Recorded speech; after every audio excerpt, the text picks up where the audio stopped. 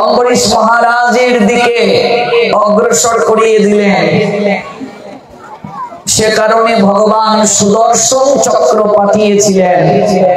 দৈত্যকে বধ করে দুর্বাসার দিকে সুদর্শন ছুটেছিল। দুর্বাসা ব্রহ্মলোকে গিয়ে রক্ষা পেলেন না, মহাদেবের নিকটে গিয়ে রক্ষা পেলেন না, এমনকি বৈকুণ্ঠে গিয়েও রক্ষা পেলেন না। পরে এসে অম্বরীশ মহারাজের চরণে মার্জনা চেয়ে অপরাধ থেকে ক্ষমা পেলেন। ব্রতের পারণে যারা সাধু সেবা করে ওরা 1 কোটি গুণ বেশি কৃপা লাভ করে। আপনারা আগামীকাল প্রসাদ না দিয়ে যদি পরের দিন দধির বান্য ভঞ্জন করে পারণের দিন প্রসাদ দেন, তাহলে 1 কোটি গুণ এখন যে কৃপা পাচ্ছেন তার থেকে কোটি গুণ বেশি কৃপা লাভ হবে, আরো বেশি মঙ্গল হবে, আরো বেশি কৃপা হবে। কারণ আপনারা প্রচার করুন নিতাই চাঁদের মহিমা।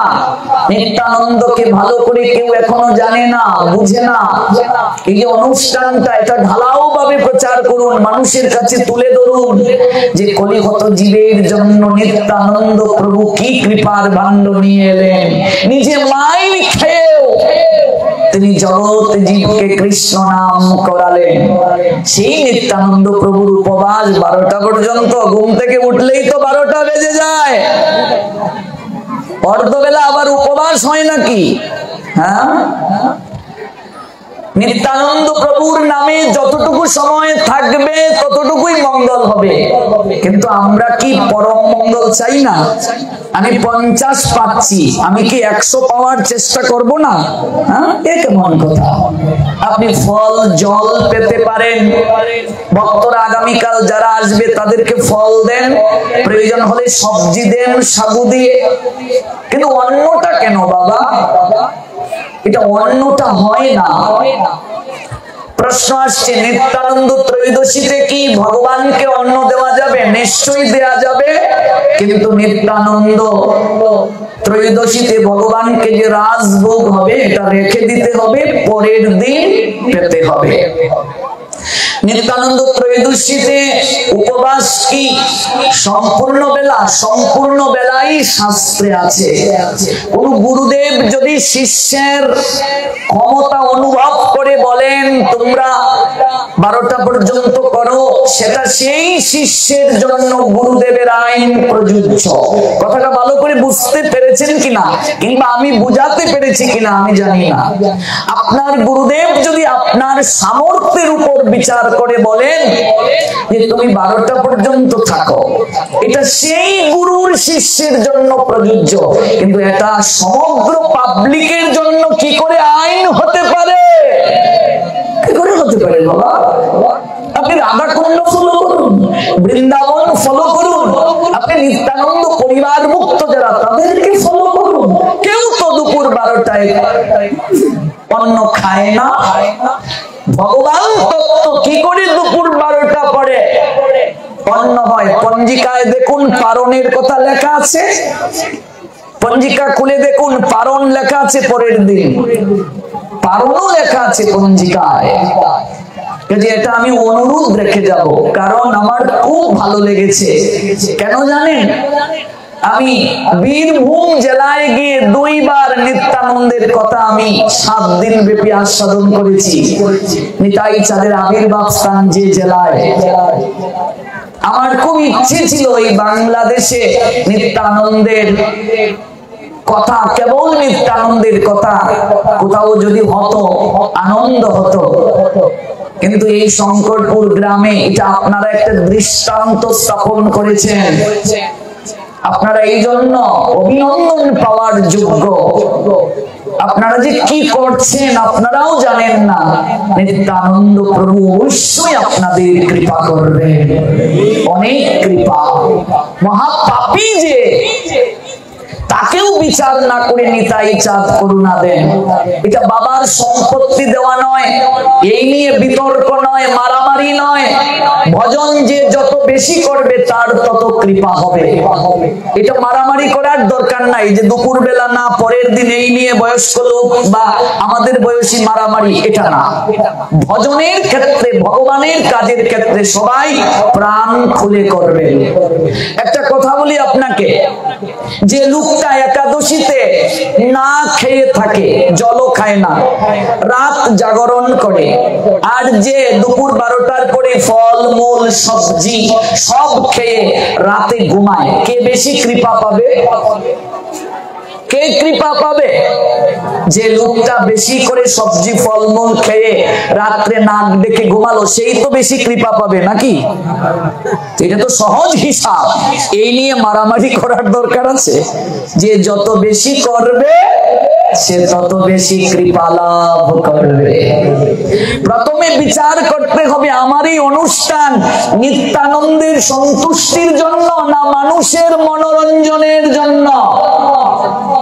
যদি মানুষের মনোরঞ্জন হয় তাহলে আমার ভেতরে প্রশ্ন জাগবে যে বহু অতিথিরা আসবে, আমি তাদেরকে না খাইয়ে দেব, গ্রামের সম্মান আছে। তার মানে বুঝতে হবে আপনি নিতাই চাঁদের সন্তুষ্টি না লোক দেখানোর জন্য অনুষ্ঠান করছেন। আর যখন আপনার এই চেতনা থাকবে যে আমি নিত্যানন্দের সন্তুষ্টির জন্য এই অনুষ্ঠান করছি, আমি নিতাই চাঁদের কৃপা লাভের জন্য অনুষ্ঠান করছি, তাহলে নিত্যানন্দ ত্রয়োদশীতে সম্পূর্ণ বেলায় উপবাস। পরের দিন পঞ্জিকায় যে পারণ লেখা আছে, পারণে যাব। আমরা সহজিয়া, যেদিকে সহজ পাই এই দিকে খুঁজি। ইসকনের অন্যান্য দিকগুলো আমরা ফলো করি না। ইসকন তো নিরামিষ খায় সব সময়, আপনারা খাচ্ছেন না কেন? ইসকন তো বুড়ে মঙ্গল আরতি করে, আপনারা করেন না কেন? আবার ইসকন অর্ধবেলা করে, এইটা যেহেতু সহজ পেয়ে গেছি আমরা এইটা গ্রহণ করলাম, বাকিগুলো গ্রহণ করি না কেন? তার মানে আমরা যেদিকে সুবিধা পাই এইদিকে দৌড়ি, তাই তো? যেদিকে সুবিধা পাই এইদিকে দৌড়ি। সবগুলো ফলো করুন। ধর্ম প্রতিপালন, ধর্মের অনুশাসন, ধর্মের আইন প্রতিপালন, এগুলো বিচার বিশ্লেষণ আবশ্যক। কাজেই এটা সিদ্ধান্ত আপনাদের। আমরা যারা শাস্ত্র প্রচার করি, আমরা কেবল অনুরোধ রেখে যেতে পারি, সংসারে মজিলি গৌরাঙ্গ ভুলিলি, না শুনিলি সাধুর কথা, ইহকাল পরকাল দুকাল খুয়াইলি, খাইলি আপন মাথা।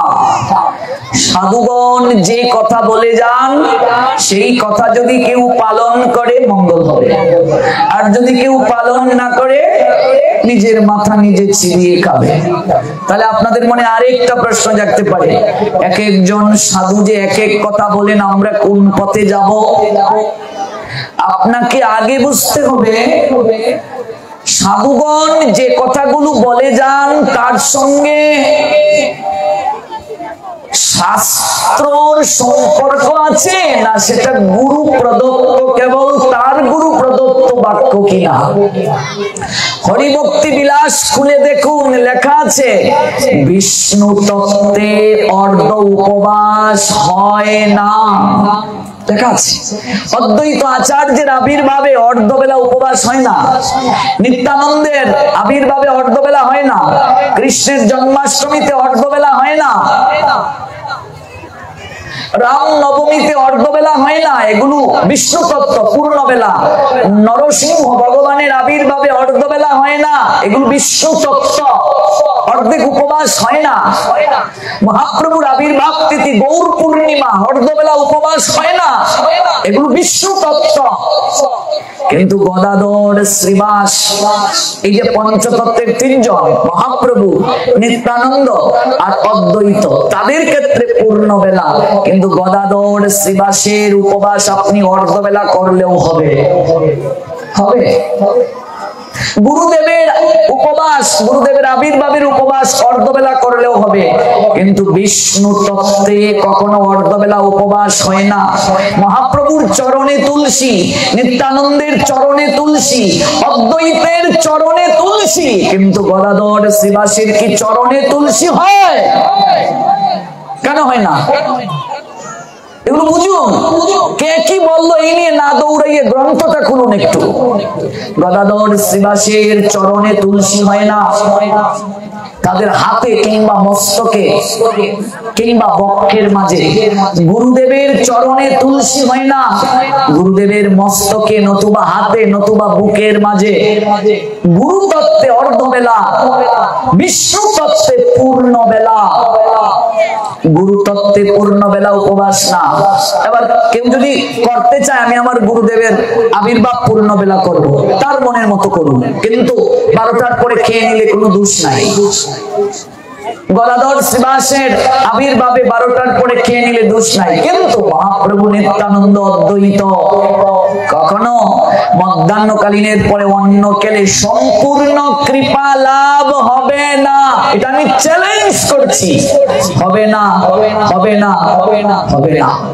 বিষ্ণু তত্ত্বে কখনো অর্ধবেলা উপবাস হয় না, সম্পূর্ণ বেলা উপবাস। 12টা পর্যন্ত থাকতে পারি, ফলমূল জল খেয়ে কি সম্পূর্ণ বেলা থাকতে পারি না? আপনি 100-র মাঝে 40 পেলেন, আপনার শরীরে শক্তি আছে, আপনি কি আর একটু মার্ক পাওয়ার চেষ্টা করবেন না? করলে দোষটা কি? আমি তো আমার বাপের সম্পত্তি দেব না যে আমার বাপের সম্পত্তি হুইল করে দিয়ে দেব, হ্যাঁ, এটা তো দোষ নেই। কি দরকার আছে? যদি কৃপা আমাকে অধিক পাওয়া যায়, আমরা কলিহত মনুষ্য জীব রে মা, আমরা তো এমনিতেই সাধন ভজন ভালোভাবে করতে পারি না। কি করি আমরা? কতটুকু ভগবানকে ডাকি, কতটুকু ভগবানকে স্মরণ মনন করি।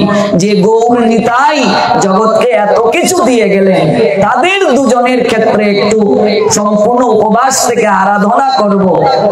আপনাদের তো আরো সৌভাগ্য, আপনারা উপবাস থেকে সারা দিন রাত ভগবানের কথা শ্রবণ করার সুযোগ পাবেন। সারাদিন কালকে কীর্তন হবে, রাতেও কীর্তন হবে। উপবাস থেকে যদি কেউ সাধু সঙ্গ করে ভগবানের কথা শ্রবণ করে, সে অন্যান্য সময় থেকে অধিক কৃপা পাবে। এই জন্য পরীক্ষিত উপবাস থেকে ভগবানের কথা শ্রবণ করেছিলেন।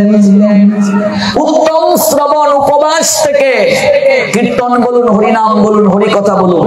মধ্যম শ্রবণ শুধু জল খেয়ে, তারপরে শ্রবণ নিরামিষ খেয়ে, তারপরে শ্রবণ মাছ মাংস খেয়ে যদি কেউ শ্রবণ করে মঙ্গল হবে, কিন্তু পরম মঙ্গল হবে না। আপনাদের তো সুযোগ আছে, সারাদিন রাত অষ্টপ্রহর ব্যাপী হরিনাম আছে, লীলা শ্রবণের সুযোগ আছে, সঙ্গে উপবাসটাও রাখুন। প্রয়োজন হলে জল ফল পান, সবজি পান, দধির ভাণ্ড ভঞ্জন করে পারণের ভোগ লাগান, ভোগ আরতি করে সবাইকে আনন্দ বাজারে প্রসাদ দেন। এটা আনন্দ কোটি গুণ বেশি কৃপা হবে। বহু জন্মের ভাগ্য থাকলে বৈষ্ণবাসিয়া মিলে, সাধুগণ এসে মিলে, বহু জন্মের সৌভাগ্য প্রয়োজন, বহু জন্মের সুকৃতি প্রয়োজন। দেখুন, আমি কেন বলেছি, এখন আমি গ্রন্থ থেকে জানাবো আপনাদেরকে। আমি বারবার কেন বলছি, এটা আমাদের স্বার্থে নয়, জগতের মঙ্গলের স্বার্থে। এই রঘুনাথ দাসের লীলা থেকে জানবো কতটা গুরুত্ব নিত্যানন্দকে দেয়া প্রয়োজন। এবার বাবা জেঠার আঙ্গুল ধরে রঘুনাথ যাচ্ছেন। কোথায় যাচ্ছেন? কুলপুরোহিতের গৃহে, বলরাম আচার্যের গৃহে। সেখানে হরিদাস ঠাকুর হরিনাম করছেন 3 লক্ষ বার, লক্ষ হীরা বেশ্যাকে উদ্ধার করে।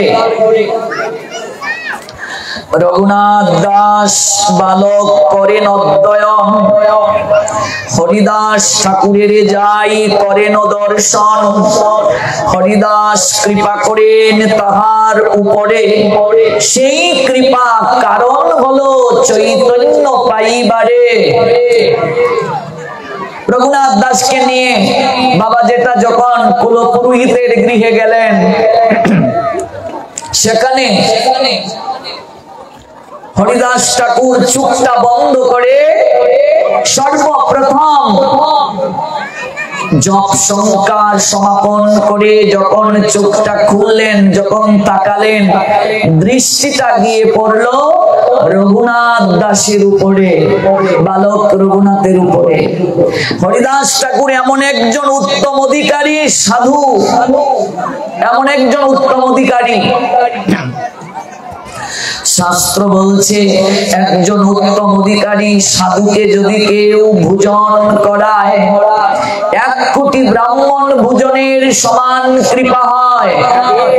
এই জন্য অদ্বৈত আচার্যের বাবার শ্রাদ্ধে নবদ্বীপের কাউকে নিমন্ত্রণ দেয়া হয়নি, হরিদাস ঠাকুরকে নিমন্ত্রণ দেয়া হয়েছে। জবন হরিদাস নাম যজ্ঞে দেখবে জবন হরিদাসের জন্য একটা আসন সর্বপ্রথমে দেয়া হয়। আজকে যে বৈষ্ণব সেবা জগতে প্রচার হচ্ছে, সেই বৈষ্ণব সেবা হরিদাস ঠাকুরকে দিয়ে মহাপ্রভু আচরণ করে দেখিয়ে দিয়েছেন। নিজে হরিদাস ঠাকুরের জন্য গলবস্ত্র পেতে দাঁড়িয়ে দাঁড়িয়ে ভিক্ষা করেছিলেন মহাপ্রভু। আছে কি নেই গ্রন্থে? নিজের হাতে স্নান করিয়েছিলেন হরিদাস ঠাকুরকে সমুদ্রের মাঝে, সমাধি দিয়েছিলেন, 4 বার সমাধি পরিক্রমা করেছিলেন, বৈষ্ণবের মর্যাদা জগতে দেখালেন। নবদ্বীপের এত এত লোক থাকতে কাউকে নিমন্ত্রণ না করে অদ্বৈত আচার্যের বাবার শ্রাদ্ধে হরিদাসকে কেন আনলেন? কারণ হরিদাস ঠাকুর একজন উত্তম অধিকারী সাধু।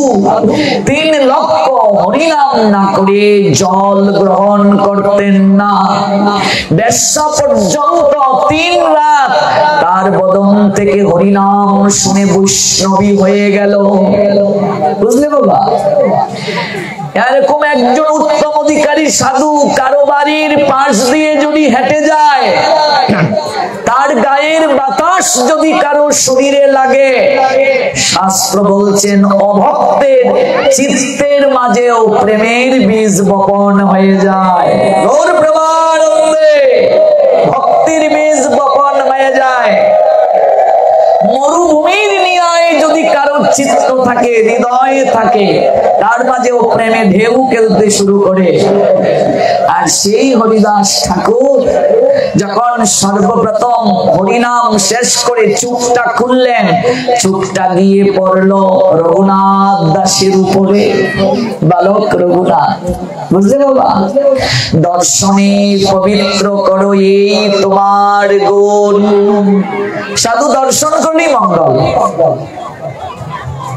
এবার সেই রঘুনাথের উপরে যখন দৃষ্টি পড়লো, রঘুনাথের চিত্তে বৈরাগ্য এসে গেল। আসার সময় প্রণাম দিলেন রঘুনাথ দাস।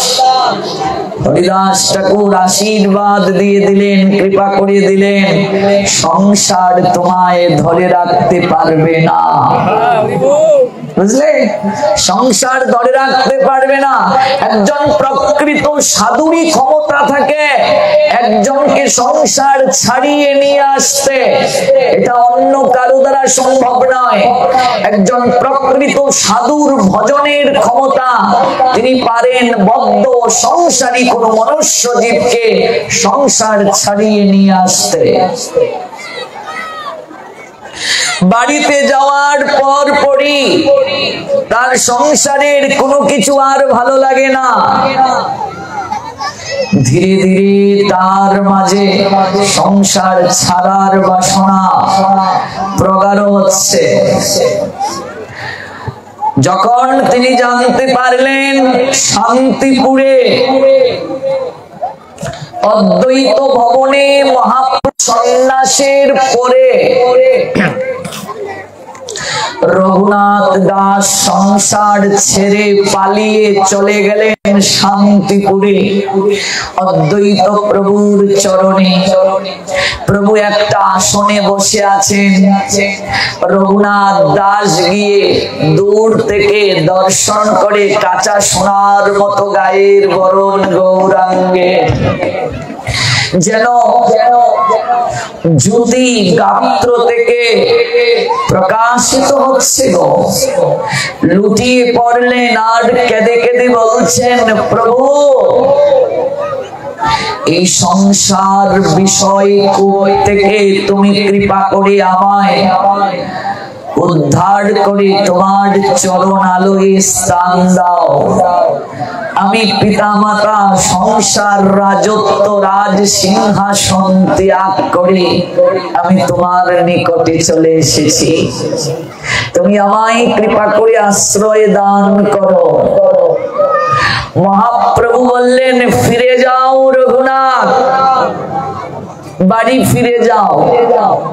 মহাপ্রভু তাকে গ্রহণ করলেন না, বাড়িতে পাঠিয়ে দিলেন। একজন ভক্তের সবচেয়ে কষ্ট কোথায়?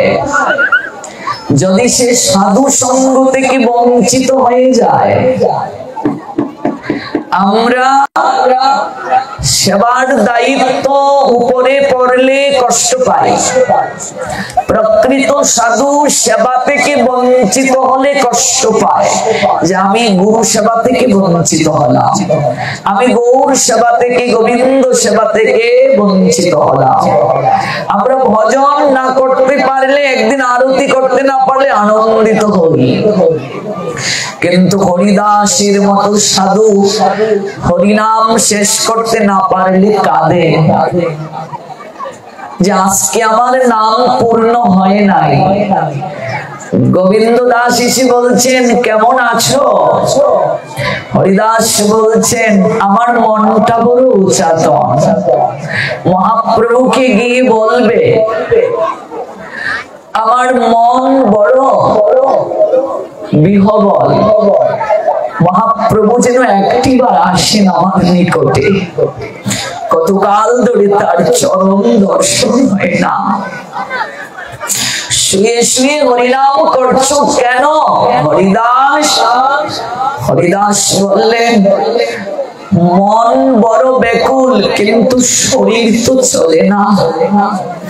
মহাপ্রভুকে গিয়ে বলবেন। গোবিন্দ দাস প্রসাদের থালা নিয়ে গেলেন। মহাপ্রভু জানতে চাইলেন, গোবিন্দ, আমার হরিদাস কেমন আছে?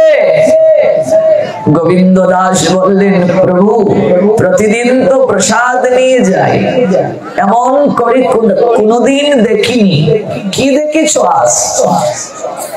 প্রভু, তোমার হরিদাস বিছানায় শুয়ে শুয়ে হরিনাম করছে, তার শরীরটা ভালো যাচ্ছে না। নয়নের জল ত্যাগ করে কেঁদে কেঁদে আমার কাছে জানিয়ে দিল, আমার মহাপ্রভুর দুটো চরণ আমি কতদিন ধরে দর্শন করি না। একটিবার গিয়ে বলবে প্রভু যেন আমার নিকটে আসে। মহাপ্রভু গোবিন্দ দাসের কথা শুনে কাঁদলেন। পরদিন স্নান করে সমুদ্রে জগন্নাথ দর্শন করে ছুটলেন। হরিদাস, প্রভু। মহাপ্রভুকে দর্শন করে হরিদাস যেন প্রাণ ফিরে পেল। চাতক পাখি যেমন গগন পানে তাকিয়ে থাকে, কবে বৃষ্টি বরিশন হবে, তৃষ্ণা নিবারণ করবে। তার চোখের সামনে কত নদী নালা খাল বিলে কত জল আছে, কিন্তু কোন জল দ্বারা সে তৃষ্ণা নিবৃত্ত করতে পারে না। গগন পানে তাকিয়ে তাকে বৃষ্টির বাড়ি দ্বারা নামবে, চাতক তৃষ্ণা নিবৃত্ত করবে। এই জগতে ভক্তের একমাত্র আপনার জন ভগবান ছাড়া আর কেউ নেই, কেউ নেই।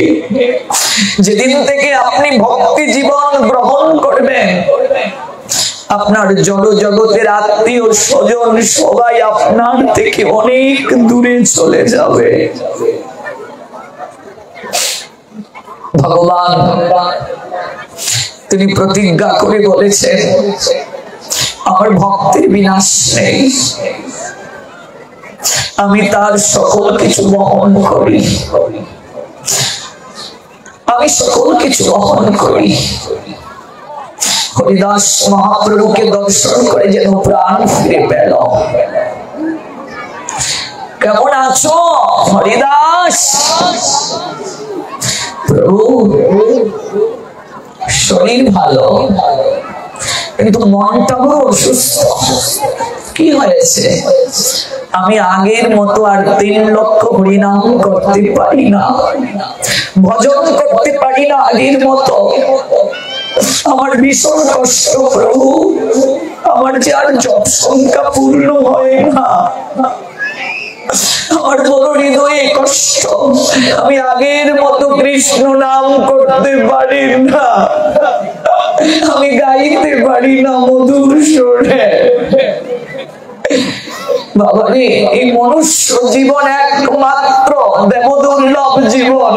এই জন্মে কৃষ্ণ ভজন যদি কেউ না করলো, আর কোন কল্পে তার উদ্ধার সম্ভব নয়। আমরা পশু পাখি কীট পতঙ্গ কুলে যখন জন্ম নিয়েছিলাম, কোন জন্মে কি সাধু সঙ্গ করার সুযোগ ছিল? ছিল না। ভাগবতে গিয়ে বসার সুযোগ ছিল না, গুরু বৈষ্ণবের সান্নিধ্যে যাওয়ার সুযোগ ছিল না। এই জন্ম পেয়ে যে কৃষ্ণ ভজন করলো না, দুফুটা নয়নের জল গৌর গোবিন্দ চরণে অর্পণ করলো না, তার মতো দুর্ভাগা কেউ নেই, তার মতো দুর্ভাগিনী কেউ নেই। মহাপ্রভু জানালেন, তোমার তো বয়স হয়ে গেছে অনেক, নামটা কমিয়ে করো, সিদ্ধ হয়ে গেছে। হরিদাস বলছেন, মাত্র 3 লক্ষ হরিনাম করি, মাত্র 3 লক্ষ হরিনামকে মাত্র বলছেন। আর আমরা প্রতিদিন সুরমালাই করতে পারি না গো।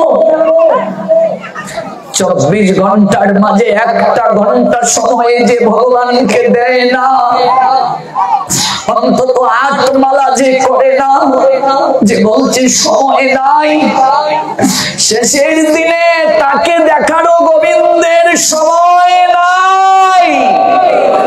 মারে, যারা ভাবছো বয়স হোক জপমালা নেব, সন্তানকে বিয়ে করিয়ে জপমালা নেব, ভজন করব, অঙ্গ অচল হয়ে গেলে পারবে না মা।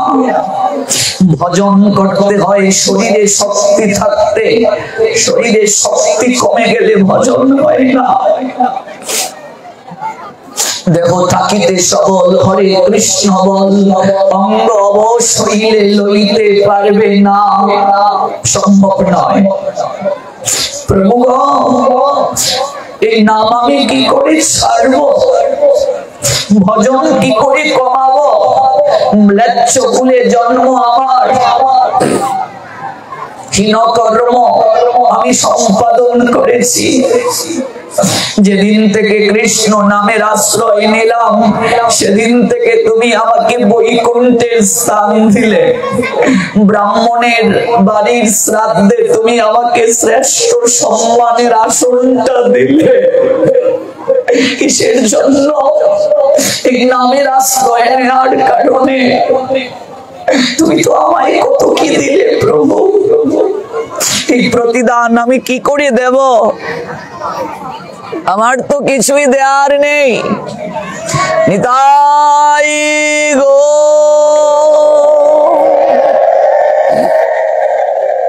সীতানাথ প্রেমানন্দে হরি बोल। हरे कृष्ण कृष्ण कृष्ण हरे हरे, हरे Ram Ram Ram Hare Hare.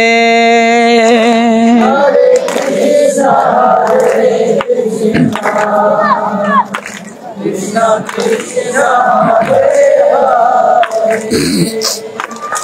Hare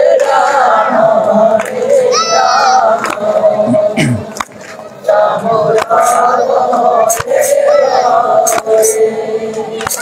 Hare Krishna Krishna Krishna Hari बोल।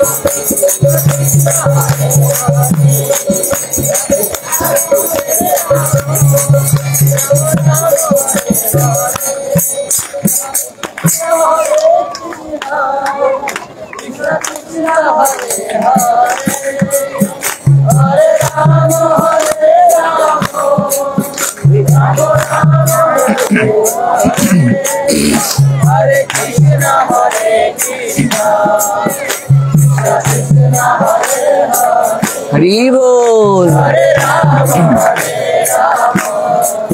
जनरेटर ने हरे कृष्णा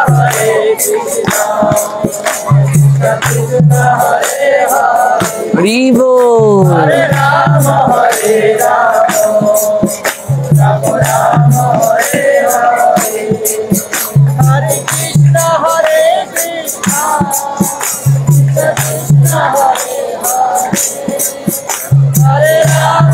राम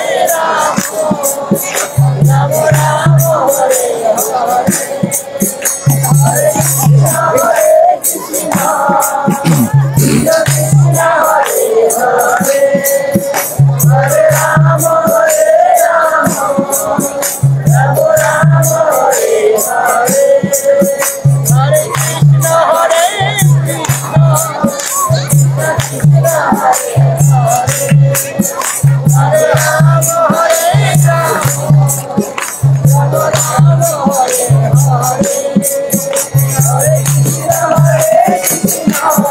कृष्णा हरे हरे,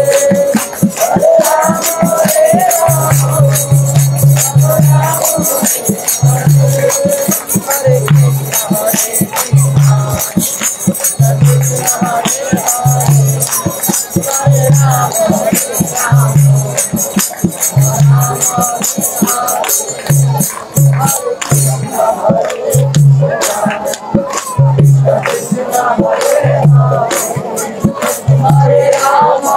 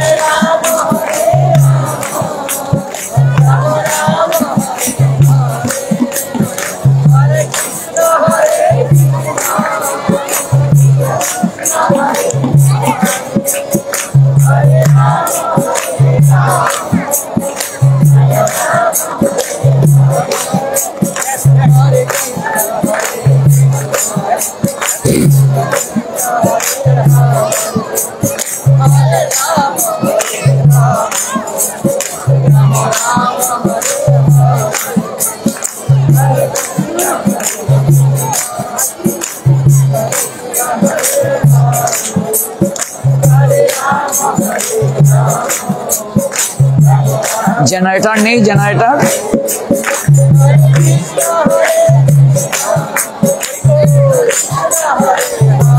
जनरेटर नहीं, जनरेटर